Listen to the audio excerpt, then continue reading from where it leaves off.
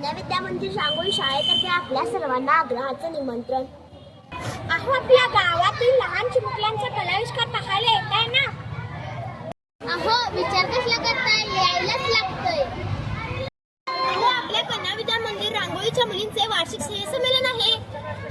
अहो, यात आहे शेतकरी गीत, धनगर गीत आणि गोंधळ गीत. अहो, दक्षिणेकडील फिलिंग सॉन्ग, ऑपरेशन सिंदूर, दांडिया सॉन्ग, कांतारा, देवली मात्यावर आणि बरंच काही.